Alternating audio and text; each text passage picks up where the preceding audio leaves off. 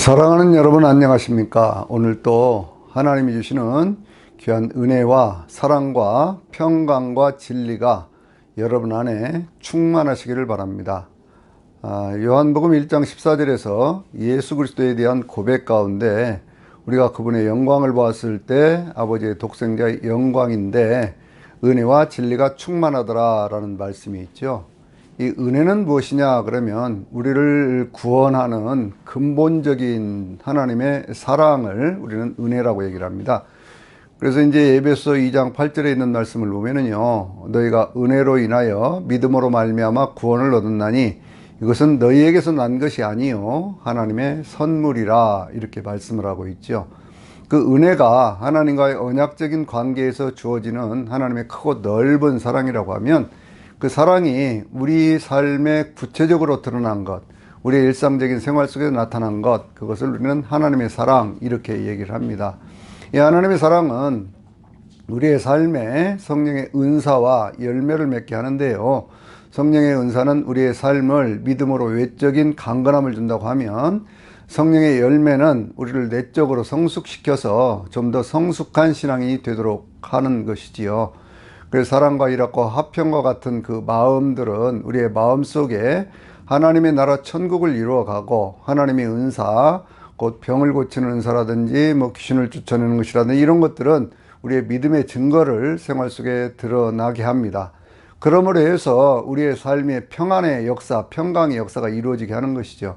예수님은 우리에게 내가 너희에게 주는 평안은 세상이 주는 것 같지 않다라고 말씀을 하셨거든요. 부활하신 다음에 맨 처음에 제자들을 만나서 하신 말씀도 너희 가운데 평강이 있을지어다 라고 말씀을 하셨습니다.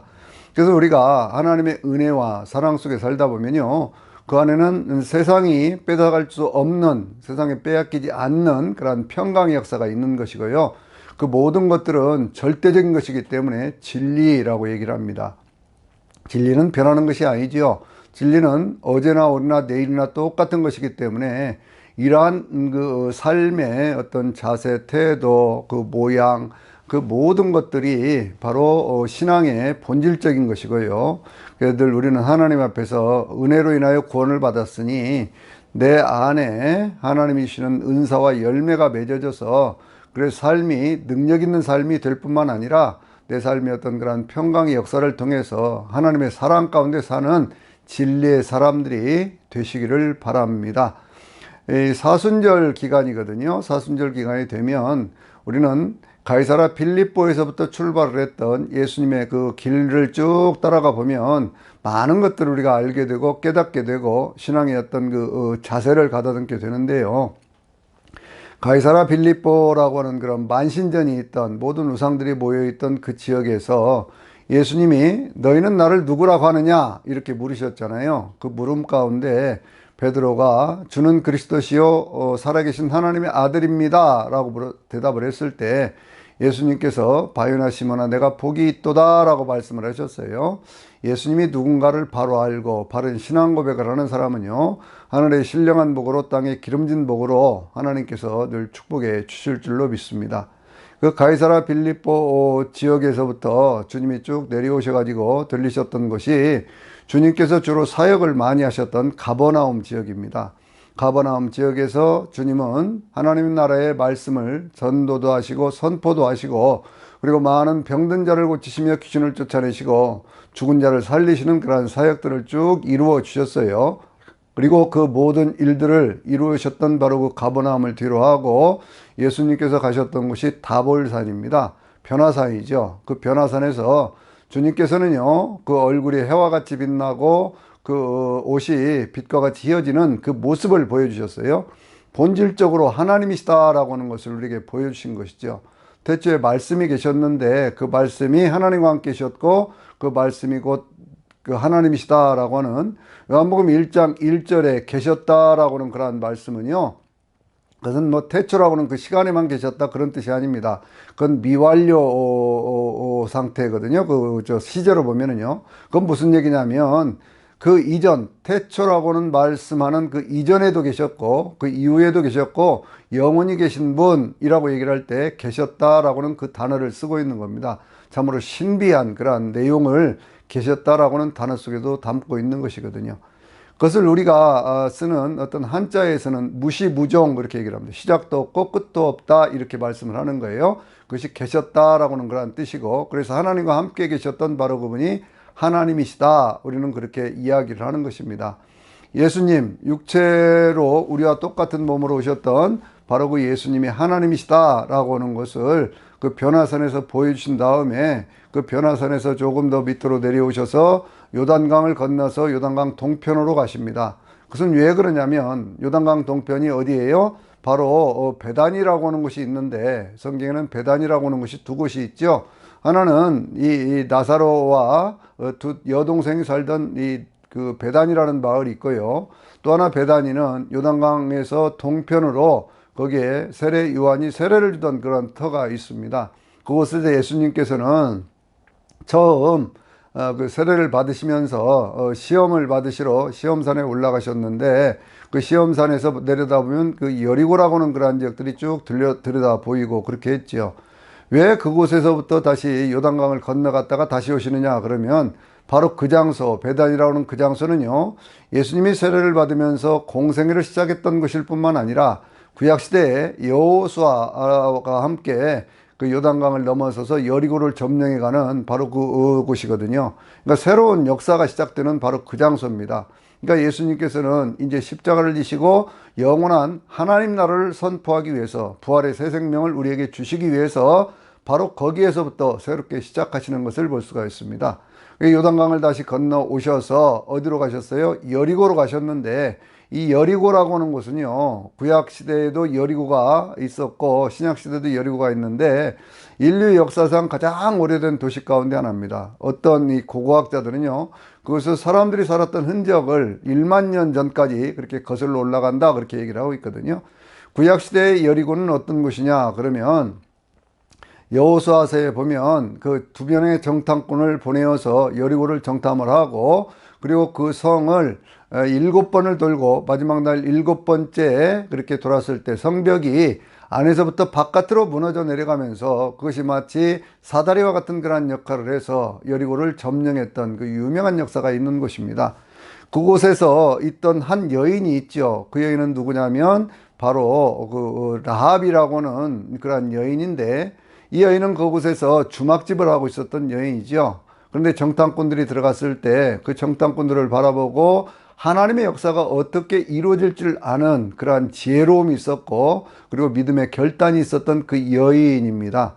그래서 이 여리고성이 쭉 무너질 때요, 그 정탐꾼을 숨겨주고 그 정탐꾼들을 내보내고, 그런 다음에 이스라엘 백성들이 그 여리고성을 이렇게 점령해 들어올 때에 그 성에서 이 붉은 줄을 쭉 내려내서 그렇게 해서 그곳만 이렇게 안전한 그런 모습을 우리가 볼 수가 있죠. 여러분이 한번 생각해 보세요. 성이 다 무너지고 있는데 바로 그 라합이 있던 그 집만 그냥 우뚝 서서 그곳에서 구원의 역사를 증거하고 있다라고 하는 것을 생각해 보면, 하나님께서요, 믿음으로 결단한 사람들, 하나님 쪽으로 그 삶의 자리를 옮겨버린 그러한 사람들에게는요, 하나님이 반드시 구원의 역사를 이루신다고 하는 것을 보여주고 있습니다. 무너져버린 성벽의 한켠에 바로 그 장소만 무너지지 않고 그 붉은 줄을 그 내려놓고 있는 그 모습. 그래서 그 라합이라고 하는 여인은 바로 그때 하나님의 구원의 역사를 체험을 하고, 바로 거기에서부터 시작을 해서 이 마태복음 1장에 보면 예수님의 족보에 나오는 위대한 신앙의 여인으로 이렇게 기록이 되고 있습니다. 그 여리고에, 그게 이제 구여리고인데요. 구여리고에서 요단강 쪽으로 좀 가까운 곳에, 그곳이 바로 수심이 지하 마이너스 250m 정도 되는, 그러니까 이제 그 예루살렘이 한 800고지가 되니까 거기서 거기까지 내려가는 그 길이 1km가 넘는 그런 급경사가 되는 그런 지역이거든요. 대개 이제 예루살렘에서부터 그 여리고까지의 거리를 한 5km 뭐 이렇게 직선거리는 그렇게 얘기를 하는데, 그러면 얼마나 급한 그 급경사였는가를 알 수 있습니다. 인간이 살고 있는 그런 땅 가운데 가장 낮은 곳, 사해 근처가 한 마이너스 400, 그리고 그것이 마이너스 250 정도가 되니까요. 인류가 살아가고 있는 모든 땅 가운데 가장 낮은 곳에서 하나님의 은혜를 체험하는 사람들의 이야기가 있다라고 하는 걸 생각해 보면 정말 하나님의 은혜는 하나님이 인간이 되어서 이 땅에 오신 그 낮아지심이 그 바로 여리고에서 베푸르신 구원의 역사를 통해서도 나타나고 있다. 우리는 이렇게 볼 수가 있는 것이거든요. 제가 오늘은 이 마가복음 10장에 51절 52절에 있는 말씀, 내가 너에게 무엇을 하여 주기를 원하느냐, 주여 보기를 원하나이다. 이렇게 바디메오가 고백을 했을 때 주님께서 내 소원대로 될지어다, 내 믿음이 너를 구원하였다, 이렇게 말씀을 하니까요. 그때 이제 이 소경이었던 바디메오가 예수님을 길에서부터 따랐다라는 말씀을 중심으로 해서 만남과 소원성취라는 제목으로 말씀을 드리려고 하는 것입니다. 이 여리고를 들어가면서 예수님께서 처음에 만났던 사람은 누구냐? 삭개오라고 하는 인물이죠. 이 삭개오라고 하는 인물에 대한 이야기는 이 복음서에, 이 공간복음서에 마태, 마가, 누가의 어떤 그런 그 복음서들 가운데 특별히 이제 누가복음 19장에 아주 자세하게 그러한 내용들이 기록이 되고 있는데요. 그 누가복음 18장이죠. 18장에 보면 거기 아주 자세하게 그렇게 기록이 되어 있는데요. 그 내용은 어떤 내용이냐? 그러면 그 내용 가운데서 이제 삭개오가 어떤 세리장이었지 않습니까? 세리장이라고 하는 것은 세무공무원이었다는 그런 얘기죠. 세무공무원 가운데 대장이 되었던 그런 사람이었다, 그런 얘기입니다. 근데 그 당시는 로마의 식민지 사회였었기 때문에 그 식민지 사회에서 세리로 이렇게 살고 있다고 하는 것은 많은 동족들에게 손가락질을 받는 그런 사람이었거든요. 손가락질을 받는 이유는 뭐냐? 그들은 세금을 걷어서 절반은 자기가 착복을 하고 절반은 로마에 바치는 그러한 일들을 하고 있었기 때문에 동족들에게 손가락질을 받는 그러한 사람들이었어요. 그런데 그들 가운데 대장이 되었다고 하는 것은, 그들 가운데 가장 높은 자리에 있었다고 하는 것은 그가 얼마나 냉혹하게 그 경쟁을 하고 얼마나 많은 사람들의 것들을 착취를 하면서 그 자리에까지 올라갔을까라고 하는 것을 생각하게 됩니다. 근데 예수님께서요, 거기를 들어가실 때에 삭개오는요, 그 예수님을 만나기 위해서 그 뽕나무 위, 무화과나무 위로 올라가는 모습을 볼 수가 있죠. 여러분, 왜 그랬을까요? 삭개오라고는 그 이름 자체는 그게 자비라고 하는 뜻도 있고요, 선하다는 뜻도 있고요, 깨끗하다는 뜻도 있고 그렇습니다. 그러니까 부모는 그 삭개오가 태어났을 때 깨끗하고 정직하면서 많은 사람들이 사랑을 베푸는 사람으로 살기를 소원했던 것이죠. 근데 삭개오는 어린 시절부터 뭐에 대한 욕망이 있었어요? 세상을 사는 데는 돈이 있어야 된다라는 생각이 사로잡혀 있던 사람입니다. 세상에 아무리 뭐 깨끗하고 정직하고 그렇게 산다고 해서 잘 사는 것이 아니라 세상을 살려고 하면 돈이 있어야 된다라는 생각이 사로잡혀 있었어요. 그래서 그는 자신의 삶을 성공시키기 위해서 계속해서 그 길로 나아갔던 사람이고, 그래서 드디어 여리고라고 하는 부유한 동네에, 부유한 도시에 한 세리장으로서, 이게 세무서의 세무서장으로서 그렇게까지 그 지위가 높아졌던 사람 아닙니까? 그런데 이 사람의 마음속에는 늘 뭐가 있었느냐? 그렇게 살면서 돈을 자꾸 모아가기 시작하는데 자기의 삶이 돈으로는 만족할 수 없다고 하는 것이 어느 마음 한쪽에는 있었던 것이죠. 그 마음 한쪽에 있는 그것을 억누르면서 그렇게 살아가는 그 삶에는요, 항상 두 가지가 충돌을 하고 있어요. 내가 이렇게 살아서는 안 되는데 하는 그 마음 하나하고, 이렇게 살아야 세상 가운데 성공한 사람으로 인정을 받지라고 하는 마음하고 두 가지가 늘 충돌을 하고 있었던 그러한 상황이었었습니다. 근데 그러한 상황 속에서 삭개오가 예수님이 지나간다고는 이야기를 들으면서, 그러면서 그 무화과나무 위로 올라갔던 것은 그가 키가 작았을 뿐만 아니라 그 주변에는 많은 사람들이 손가락질을 하고 있는데 그 사람들 사이에 섞여 있을 수가 없었기 때문에 그랬던 것이죠. 근데 예수님께서는요, 그것을 지나가시다가 그 나무 위에 올라가 있는 삭개오를 바라보면서 삭개오야, 내려와라, 내가 오늘 내 집에 유하여야 되겠다라고 말씀을 하셔요. 여러분, 여기에 우리가 예수님께 삭개오를 부른다라고 하는 것을 생각해 보면 예수님의 사랑과 그 자비의 크기가 얼마나 크고 넓은 것인가를 알 수 있습니다. 모든 사람들이 손가락질을 하고 있고 모든 사람들에 의해서 멸시를 받고 있는 그 사람의 이름을 부르고 있다는 얘기예요. 물론 누군가가 삭개오 이름을 가르쳐 줄 수도 있었겠죠. 그러나 성경을 깊이 우리가 묵상을 해보면요, 예수님께서는 누가 가르쳐 주지 않아도 삭개오라고 하는 사람을 바라보면서 그 사람의 마음을 알고 그 사람의 어떤 그 심중에 있는 그런 갈등들을 알고 있었다, 그런 얘기죠. 여러분, 여기에 놀라운 은혜가 있습니다. 그것은 뭐예요? 저나 여러분도 주님이 아신다는 거예요. 예수님께서 삭개오의 이름을 부르는 것처럼 오늘 저와 여러분의 어떤 마음의 형편과 처지에 따라서 어떤 생각을 하고 있는가를 주님은 알고 계신다, 그런 얘기죠. 그러니까 부르시는 거예요. 그러니까 저희를 불러서 하나님의 자녀를 삼아주신 거거든요. 여러분, 사람이 살아가는 어떤 그런 삶은요, 그 사람의 어떤 얼굴의 표정이라든지 그 사람이 하는 말이라든지 삶의 어떤 행동들을 보면 그 사람이 평소에 어떤 생각을 하고 어떻게 살아가는가를 다 알 수 있습니다. 그런데 이 삭개오가 그렇게 살아가면서 그 얼굴을 바라봤을 때 그 얼굴이 평안했을까요? 그 얼굴에 어떤 하나님이 주시는 기쁨이 있었을까요? 사람들에 대한 늘 무엇인가를 내가 빼앗아서라도 내 것을 만들어야 된다고는 그 마음으로 살아가는 그 삭개오의 마음 속에 어느 한쪽에서는 이렇게 살아서는 안 돼 하는 생각이 있지만 현실적으로는 그렇게 살아가고 있는 그 삭개오의 마음에 평안이 있었겠냐고요. 그런데 주님은 그 삭개오를 바라보시면서 말씀을 하시기를, 삭개오야, 오늘 내가 내 집에 유하여야 되겠다, 너 거기에서 내려와라 라고 말씀하셔요. 내려오라고는 그 말씀을 우리는 깊이 생각을 해야 됩니다. 네가 지금 차지하고 있는 그 지위라고 하는 것, 네가 가지고 있는 물질이라고 하는 것, 그런 탐욕에 사로잡혀 있는 꽉 움켜 잡아야만 살 수 있다고 하는 것, 그러지 않았겠습니까? 나무 위에 올라가서 온갖 나뭇가지라도 붙잡고 있었지 않았겠어요? 그런데 내려오는 것은 그거 다 놓고 와야 되는 거거든요. 놓고 내려와야 되는 거거든요. 근데 그런 것들을 주님께서는 지금 말씀하고 계시는 거예요. 그러니까 이 삭개오가 내려와가지고 자기 집으로 모시면서 하는 얘기가, 내가 누구 것 빼앗은 것 있으면 그러면 네 배로 갖고 내 재산의 절반은 가난한 사람들에게 나누어 주겠습니다 라고 얘기를 하는, 이름값을 하기 시작하는 것이죠. 이제 드디어 자기가 살아온 삶에 대한 그 모든 것들을 내려놓고 드디어 이름값을 하기 시작하는 겁니다. 처음 부모들이 그 이름 지어주면서 삭개오라고 이름 지어주었던 바로 그 이름값을 하는 쪽으로 인생이 바뀌기 시작한 것 아니겠어요?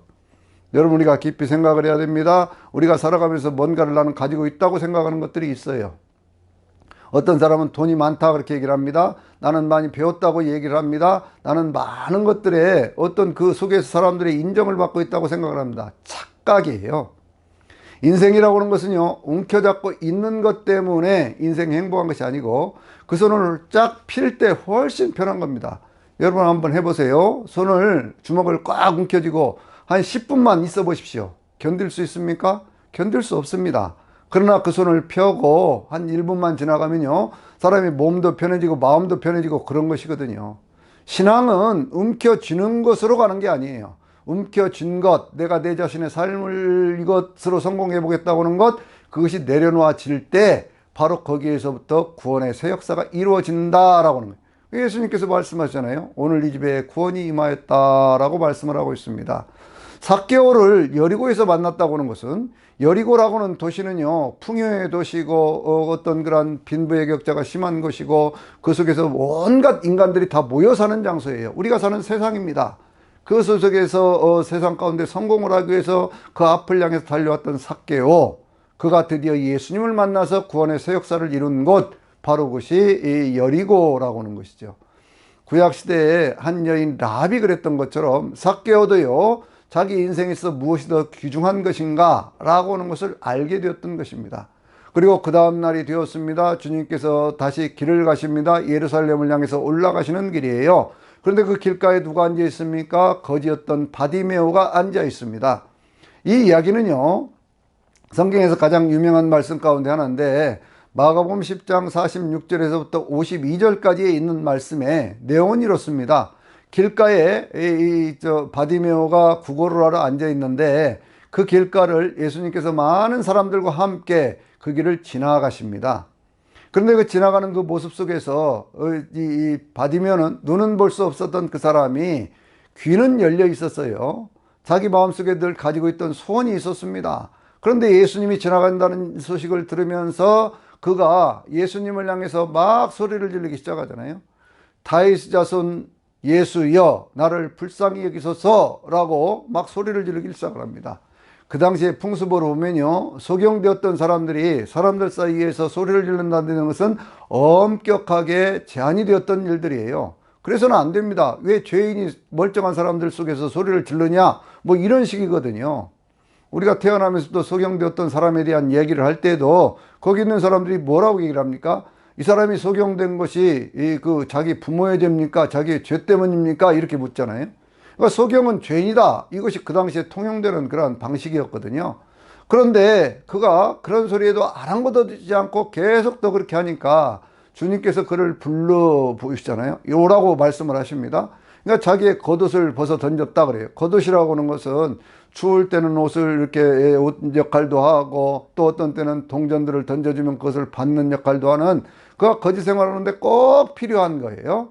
근데 그것을 벗어 던졌다라고 하는 것은 이제 나는 예수님을 만나서 새로운 인생을 살아야 되겠다고 하는 그런 믿음의 결단이 있었던 것이죠. 왜 주님 앞에 갔더니 주님이 내가 내게 무엇을 하여 주기를 원하느냐 라고 물었습니다. 이 바디메오의 마음속에 어떤 생각이 있었어요? 세상에 무슨 내가 좋은 여자 만나서 결혼해 살기를 원합니다, 이런 얘기 하지 않습니다. 내가 돈을 많이 벌어 가지고 그렇게 해서 큰 부자로 한번 살아보고 싶습니다. 비록 눈은 보이지 않지만 그냥 그렇게 한번 살아보고 싶습니다, 이런 얘기 하지 않습니다. 주님, 내가 보기를 원합니다 라고 얘기를 해요. 자기 마음속에 있었던 가장 강력한 소원, 그것은 보는 거예요. 보는 것. 눈을 뜨고 보는 겁니다. 사물을 분별하고 보는 겁니다. 그것을 주님 앞에 구하고 있었던 거예요.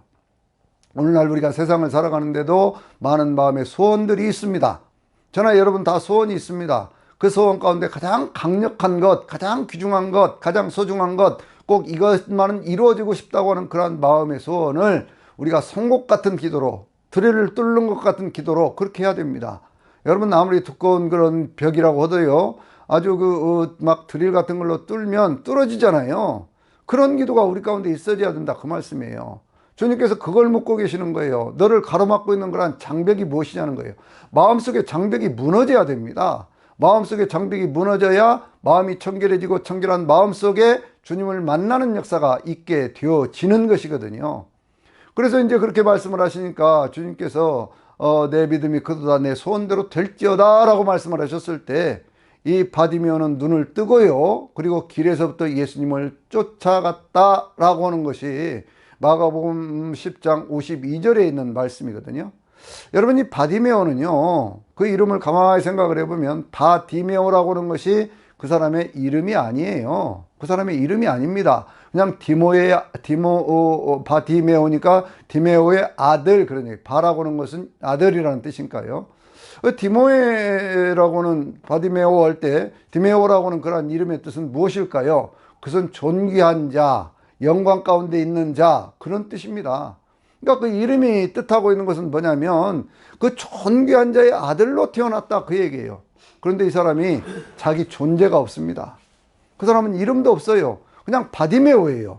디메오의 아들이에요. 존귀한 자의 아들이에요. 그런데 그렇게 하다 보니까요, 이 사람이 어떤 문제가 있었느냐 그러면 자기 인생에 존재도 없고 이름도 없고 아무것도 없이 그냥 길가에 앉아서 사람들이 주는 어떤 그런 동전들 던져주는 것에 의해서 인생을 살아갈 수밖에 없는 그 비참한 삶을 살고 있었다고 얘기해요. 그 삶에 벗어날 수가 없습니다. 어떻게 벗어나겠습니까? 보이지 않는데요. 보이지 않는데 무엇을 할 수가 있겠습니까? 그러니까 그는 그냥 그 속에서 그렇게 살 수밖에 없었지만, 그러나 이 사람의 마음속에는 내가 존귀한 자로서의 그 삶을 회복하고 싶다고 하는 그 은혜에 대한 간절한 사모가 있었던 것이죠. 여러분, 성경은요, 그 큰 줄기를 놓고 얘기를 하면 이렇게 얘기할 수가 있거든요.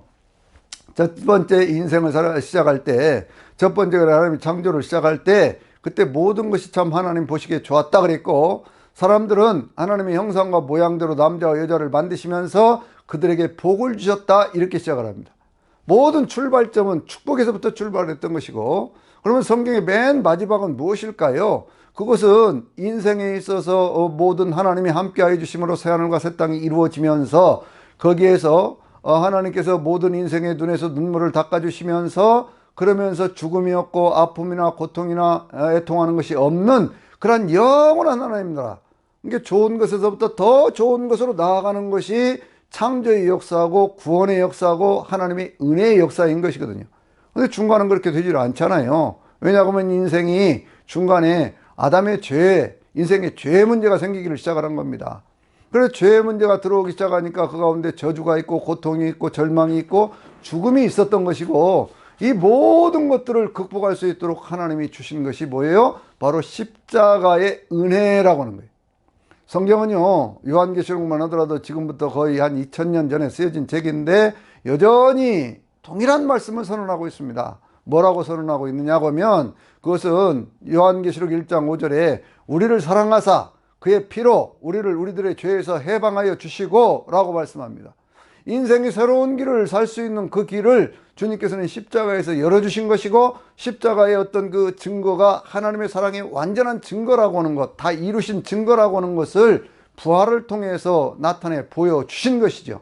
그러니까 우리 인생이라고 하는 것은 중간에 살아가는 과정 속에 어떤 고난의 시기가 있고 또 영광의 시기가 있고, 이것이 교차하고 있습니다. 그것을 우리는 뭐라고 얘기하냐면 십자가의 신학, 영광의 신학, 이렇게 얘기를 하는 거예요. 십자가 신학은 뭐냐 그러면 인생에 고난이 있다고 하는 것을 얘기를 합니다. 인생에는 무수한 고난들이 있어요. 생각대로 잘 안 됩니다. 마음먹은 대로 잘 안 돼요. 고난이 있어요. 욥과 같은 시련과 고난이 있습니다. 그런가 하면 영광의 때도 있죠. 그것은 어디에 있느냐, 신명기 28장을 보면은요, 거기에는 내가 들어가도 복을 받고 나가도 복을 받으며 내 이름이 모든 만민에 뛰어날 것이고 내 떡광주리에도 내가 들판에서도 복을 받을 것이고 너는 들어가도 복을 받고 나가도 복을 받을 것이고, 뭐 이런 말씀들로 가득 차 있잖아요. 1절에서 14절까지예요. 이 두 가지가 서로 교차하고 있기 때문에 어떤 때는 우리가 사람들이 많이 혼란을 느껴요. 고난을 당할 때 그 고난 속에서 이 문제가 풀어지지 않는 상황 속에 있는데 나는 이것을 어떻게 벗어나야 되는가 라고 하는 것에 대한 아쉬움이 있다 그 말이에요. 그러면 영광만이 영원하게 어떤 그런 삶의 처음부터 끝까지 계속되는 것일까요? 그러지 않을 때도 많이 있거든요. 물론 어떤 사람은 가난하게 태어나서 가난으로 인생을 마치는 사람도 많이 있습니다. 이 문제는 어떻게 해답을 얻어야 될까요? 또 어떤 사람들은요, 부자로 태어나서 부자로 그 삶을 마감하는 그런 사람도 있습니다. 이 두 가지가 서로 충돌을 한다니까요. 성경 안에서도요. 성경 안에서도 충돌을 하고 있어요. 신앙 안에서 충돌을 하고 있습니다. 그렇기 때문에 많은 사람들이 어떤 혼란을 느끼는 경우들이 있습니다. 그러나 우리의 신앙의 중심에는 뭐가 있어요? 십자가 다음에 부활이 있다라고 하는 거예요. 인생에 어떤 고난이 있을 때 그 고난을 십자가의 눈에서 바라보는 겁니다. 하나님은 여전히 지금도 나와 함께 계시고 나를 사랑하신다고는 그 고난 속에서 말씀하시는 그 주님을 발견하게 되는 거예요.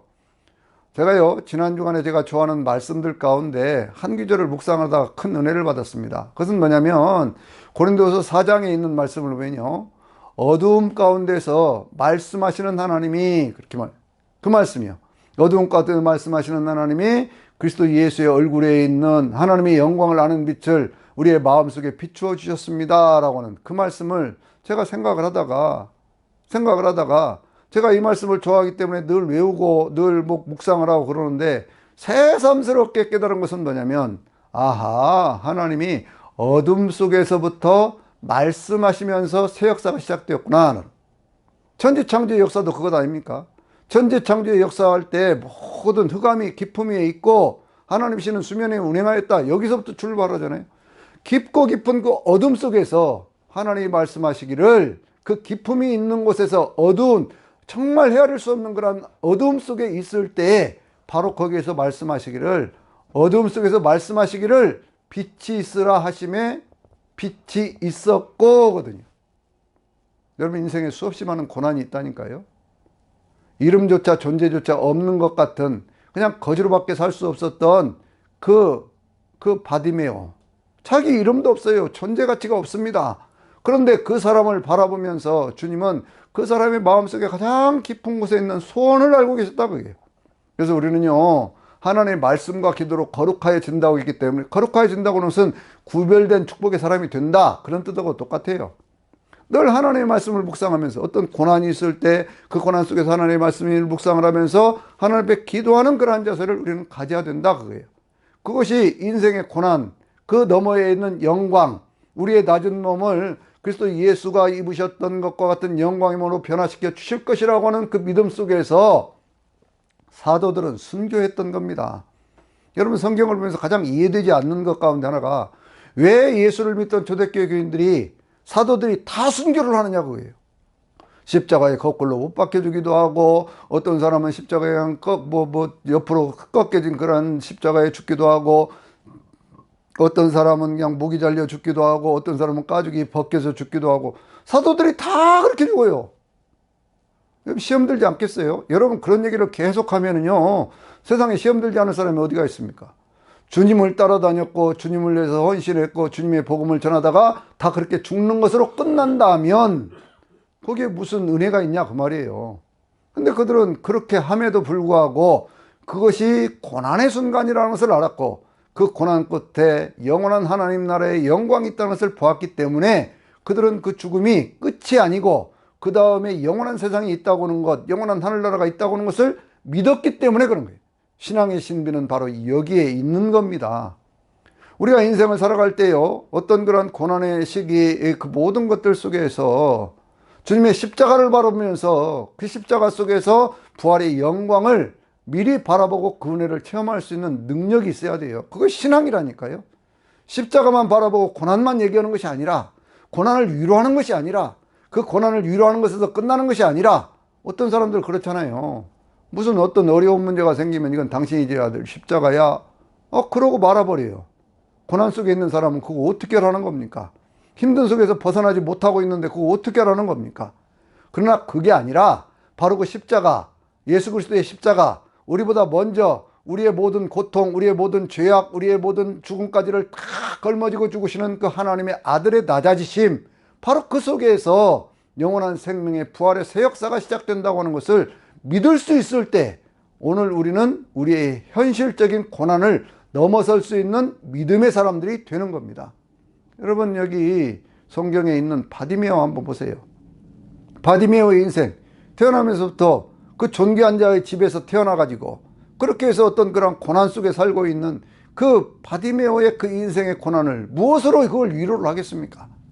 오직 위로가 될 수 있는 것은 그가 보는 것인데 그 다시 눈을 뜨는 것은 그 눈을 뜨고 보는 것은 예수 그리스도를 만난 이후에 되어진 일이에요. 신앙생활은요 가장 깊은 은혜는 어디에 있느냐, 예수 그리스도를 내가 내 삶에 개인적으로 깊이 있게 만나는 겁니다.